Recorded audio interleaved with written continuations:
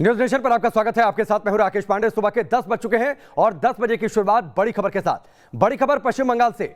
सबसे बड़ी खबर यह है कि मुख्य सचिव पर ममता और केंद्र सरकार के बीच टकराव बढ़ता जा रहा है। बंगाल के मुख्य सचिव अल्पन बंदोपाध्याय को समन जारी हुआ है, यानी उन्हें दिल्ली रिपोर्ट करने के लिए कह दिया गया है। गृह मंत्रालय ने आज मुख्य सचिव को पेश होने के लिए कहा है। बंगाल सरकार मुख्य सचिव को रिलीव करने के लिए तैयार नहीं है। आज मुख्यमंत्री ममता बनर्जी की बैठक है और जानकारी यह है कि इस बैठक में शामिल होंगे मुख्य सचिव, यानी इसका सीधा सा यह मतलब है वो दिल्ली नहीं आ रहे हैं। केंद्र और बंगाल के बीच एक बार फिर से टकराव बढ़ता हुआ, हाल फिलहाल में यह तनाव बढ़ता जा रहा है और अब जानकारी यह मिल रही है कि मुख्य सचिव को लेकर पश्चिम बंगाल और केंद्र एक बार फिर से आमने सामने हैं।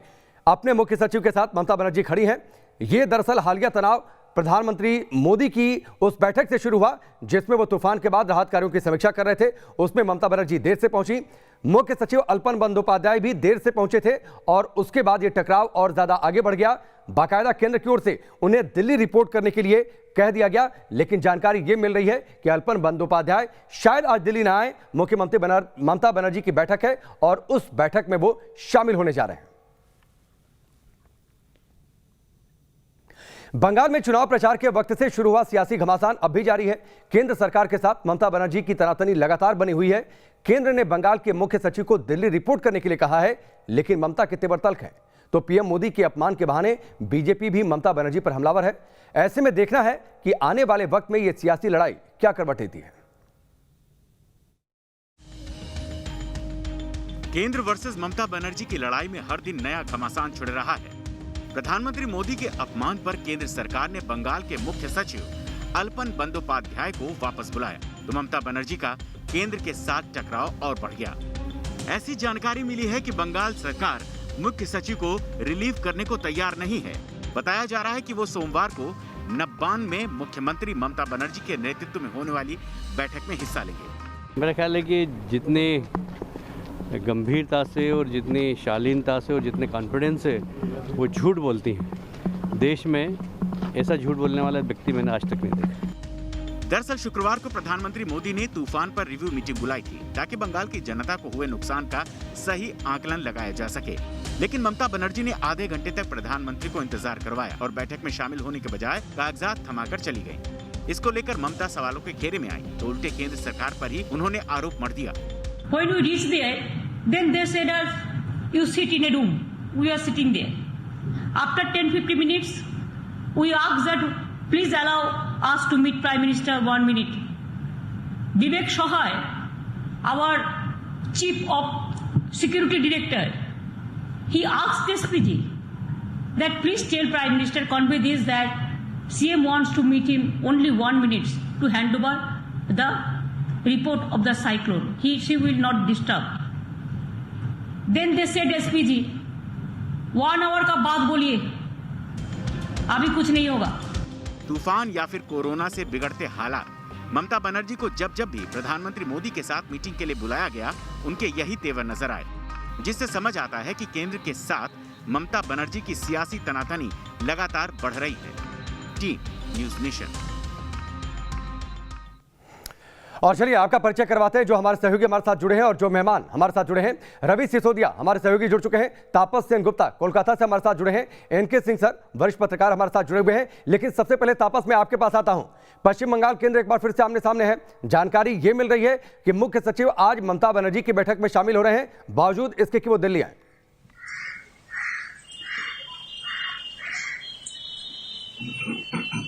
जी देखिए, मुख्य सचिव अल्पन बंदोपाध्याय कल रविवार होने के बावजूद वो सचिवालय गए थे और तकरीबन 2.5 घंटे तक वहां पर मौजूद थे और तभी अटकलें लगाई जा रही थी कि वो क्यों पहुंचे।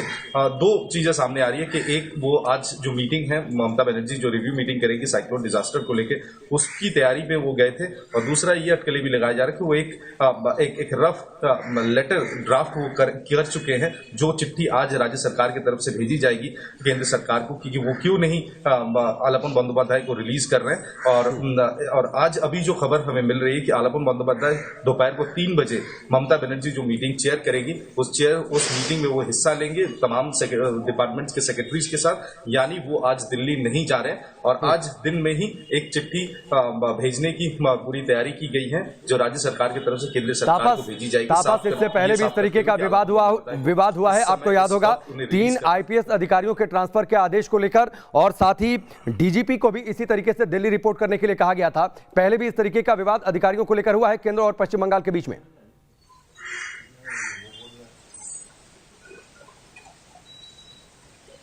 जी जरूर, राजीव कुमार के समय पे हुआ था।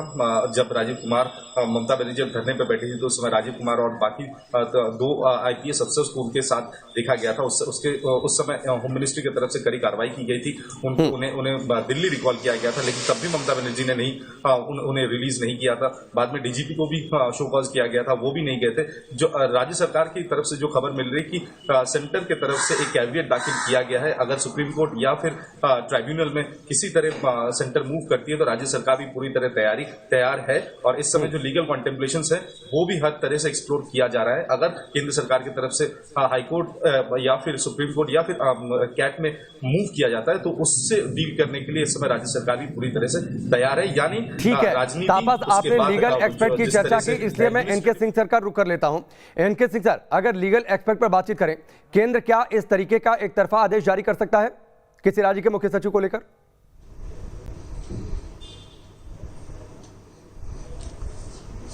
देखिए 1984 18 मार्च के बाद जिसमें इंदिरा गांधी ने अचानक एक अमेंडमेंट किया आईएएस कैडर रूल्स में, और उसके बाद ये अपरिहार्य हो गया कि अगर केंद्र चाहे, राज्य अगर किसी का ट्रांसफर वो केंद्र बुला रहा है और अगर राज्य से मतभेद है तो उसका प्रोविजो है, इसको कहते हैं अंग्रेजी में प्रोविजो, हिंदी में कहते हैं परंतु।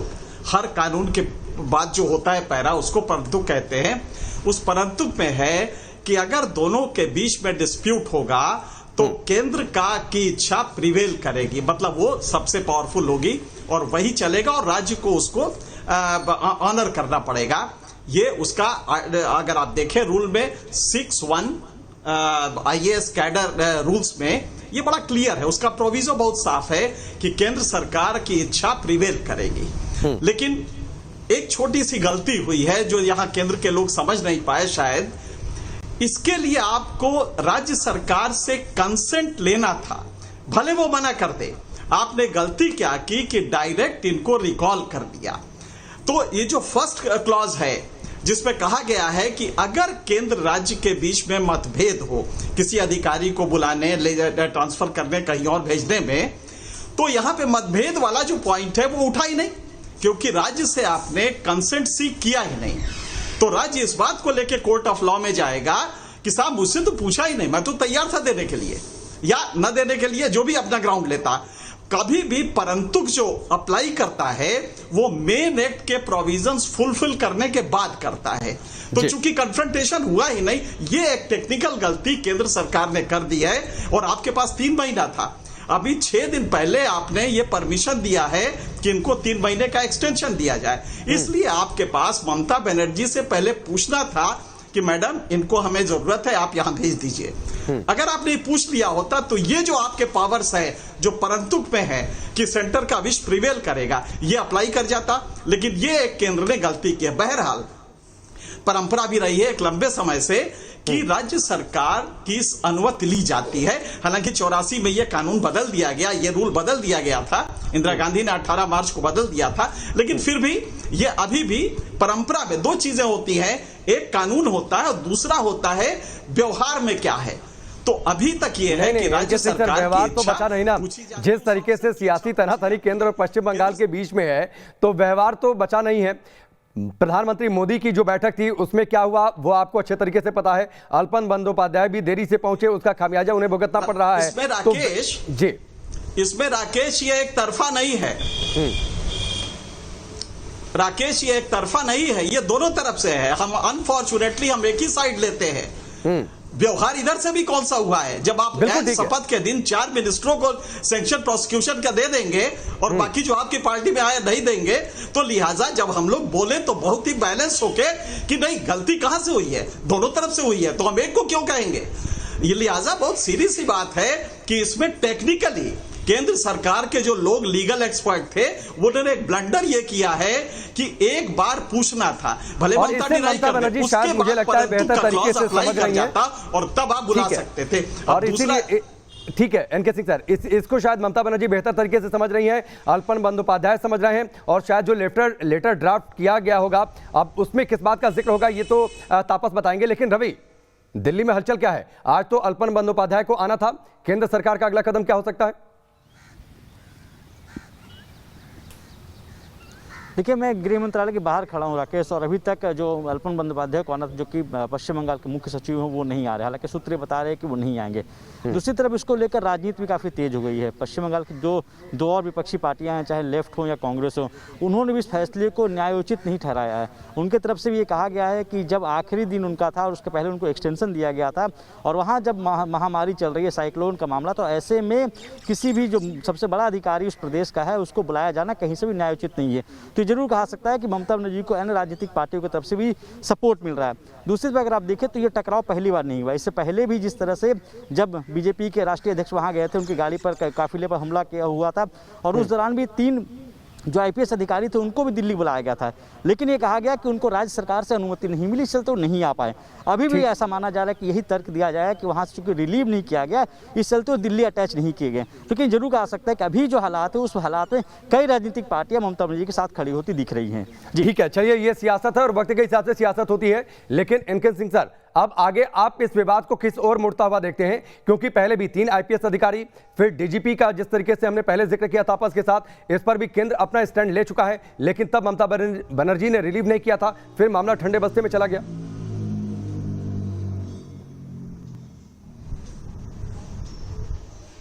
देखिए राकेश, एक समस्या बहुत बड़ी है कि ये जो टकराव हो रहा है ना, ये इतना बड़ा एक दरार, भूकंप के जो दरार पड़ते हैं वैसा पड़ गया है इंडियन एडमिनिस्ट्रेटिव सिस्टम में। हर आईएएस सकते में है कि या तो हम चीफ मिनिस्टर के साथ हो उसकी बात माने या प्राइम मिनिस्टर की बात माने। ये आईएएस कैडर के लिए, और आप जानते हैं कि अम्बेडकर ने जब आप ये आर्टिकल 311 और 12 पे चर्चा हो रही थी, तो एक बड़ी अच्छी बात कही थी कि ये जो आईएएस कैडर है इसको हमें सुरक्षित, प्रोटेक्टेड पार्लियामेंट से रखना पड़ेगा, क्योंकि यही हमारा बुलवर्क है और यही केंद्र के अस्तित्व के लिए सबसे जरूरी चीज है। लिहाजा ये जो टकराव हो रहा है, मेरे ख्याल से भारत में के संविधान, फेडरल स्ट्रक्चर, केंद्र सेंट्रल स्टेट रिलेशन और आईएएस कैडर के लिए इतना बड़ा खतरा मुझे पहले कभी नहीं दिखा है। जैसे मान लीजिए कि आज वो नहीं आते हैं, ममता बनर्जी नहीं रिलीव करती है, तो डिसिप्लिनरी एक्शन जो एक्ट में है, all India services act rule में क्लॉज 7 है, जिसमें डिसिप्लिनरी एक्ट जो करना है वो भी ममता बनर्जी को करना है। और मैं जानता हूं कि जिस दिन सेंटर कुछ करेगा, कुछ नहीं करना है, ममता बनर्जी इसको एमपी बना देंगी, इस अधिकारी को धीरे से वो राज्यसभा में एमपी बना देंगी और वो यहां पे खड़ा होगा। तो ये पॉलिटिसाइजेशन ऑफ इंडियन ब्यूरोक्रेसी, मुझे सबसे बड़ा खतरा ये है कि अब ब्यूरोक्रेट ये देखेगा कि भाई हमारा चीफ मिनिस्टर खुश है क्या, उसको खुश करने के लिए वो प्राइम मिनिस्टर को कुछ कह सकता है। प्राइम मिनिस्टर जो को खुश करना चाहेगा वो चीफ मिनिस्टर की बात ही नहीं सुनेगा। मेरे ख्याल से जो खतरा है ये छोटा मोटा नहीं है। अगर दूर तक आप देखेंगे तो भारत के इतिहास में इंडियन गवर्नेंस के लिए इतना बड़ा खतरा पहले कभी नहीं आया है। ठीक है, निश्चित तौर पर इतना बड़ा खतरा कभी आया नहीं, लेकिन आखिरकार ये विवाद ऐसे ही चलता रहेगा। पश्चिम बंगाल की सियासत में शायद तस्वीर यही है, शायद सियासत की किस्मत ऐसी है। एनके सिंह सर,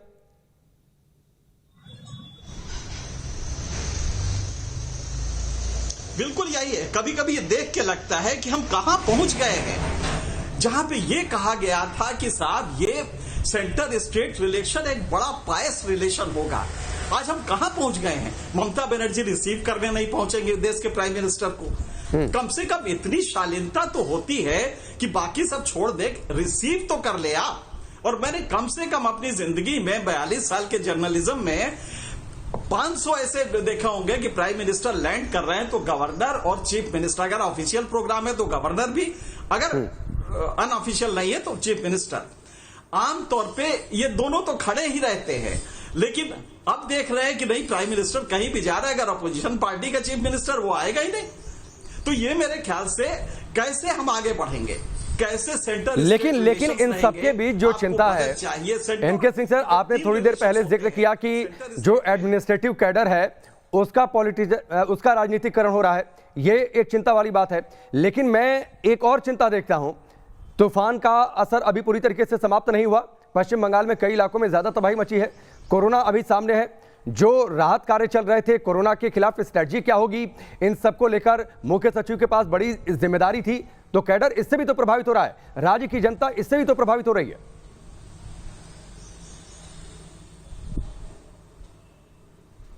हाँ बिल्कुल हो रही है, बिल्कुल क्यों नहीं हो रही है। ये अगर इस तरह के झगड़े करेंगे तो आप टीका कब लगवाएंगे? यही मुश्किल है ना कि टीका का बंदोबस्त करना है, तूफान के विक्टिम्स को राहत देनी है। आप अगर इन सब में उलझ गए, मुझे यही लग रहा है कि ये दोनों का जो लड़ाई चल रहा है, इससे जो आम जनता है उसके लिए एक संकट बड़ा हो गया। ठीक है, उड़ीसा ने मना कर दिया कि नहीं, आपकी मदद हमें नहीं चाहिए, आप ऑलरेडी फंसे हुए हैं कोरोना में, इसलिए आप उसको देखिए, हम कर लेंगे। अगर ममता बनर्जी भी ये शालीनता से कह दें तो कोई दिक्कत नहीं है, वो कैपेबल है, वो कर लेंगे। लेकिन यहां पे मुश्किल ये है कि टीके का आपके यहां बंदोबस्त नहीं है, ग्राफ कोरोना विक्टिम्स का बढ़ता जा रहा है, कोविड पेशेंट्स का बढ़ता जा रहा है, हॉस्पिटल स्ट्रक्चर है नहीं आपके पास। ऐसे में जो पूरा फोकस होना चाहिए था वो होना चाहिए था राज्य पे, बजाय इसके कि प्रधानमंत्री से कन्फ्रंट करे या प्रधानमंत्री राज्य से करे। ये दोनों मिला के जो स्थितियां बनी है, किसी भी सभ्य समाज के लिए, जिसको कहते हैं हम कॉन्स्टिट्यूशनल प्रिंसिपल्स, उसको वायलेट कर रहा है। और जहां तक मुख्यमंत्री या मुख्य सचिव का सवाल है, ये तो आराम से है, क्योंकि इसको कुछ नहीं होगा, आप कुछ भी कर ले, आखिरी दिन है आज। अगर 3 महीना एक्सटेंशन है तो वो भी कंटिन्यू करेगा। अगर वो 3 महीना एक्सटेंशन केंद्र ने रोक भी दिया, दोबारा एक नई चिट्ठी देके, तो एक नया वो कैट पे चले जाएंगे। हालांकि कैट पे सेंट्रल गवर्नमेंट कैवियट दे चुकी है, हाई कोर्ट में भी दे चुकी है। तो मुझे लगता है कि जो कन्फ्रंटेशन है उसमें अगला कुछ नहीं होगा, ये पॉलिटिशियन हो जाएगा जो ब्यूरोक्रेट है, चीफ सेक्रेटरी कल यहां राज्यसभा में आ जाएगा बड़े आराम से, या कहीं। लेकिन इस कन्फ्रंटेशन में राज्य की जनता के हाथ क्या लग रहा है इनके सिंह सर? ये तो सबसे बड़ा सवाल है ना। अफसर पर आर पार केंद्र और पश्चिम बंगाल आमने सामने हैं, हर कोई अपने हिसाब से सियासत कर रहा है, लेकिन पश्चिम बंगाल की जनता के हाथ क्या लगा? तूफान आकर गुजर गया, कोरोना सामने है, कोरोना से लोगों की मौतें हो रही हैं, संक्रमण दर बहुत बेहतर नहीं पश्चिम बंगाल में। बेहतर होता कि दोनों सरकारें मिलकर एक साथ काम करती, राज्य की जनता को कुछ राहत मिलती, लेकिन सियासत हो रही है। आप सबका बहुत बहुत शुक्रिया हमसे जुड़ने के लिए। वक्त यहां पर ब्रेक का, ब्रेक के उस पार बिहार से दर्दनाक खबर की बात।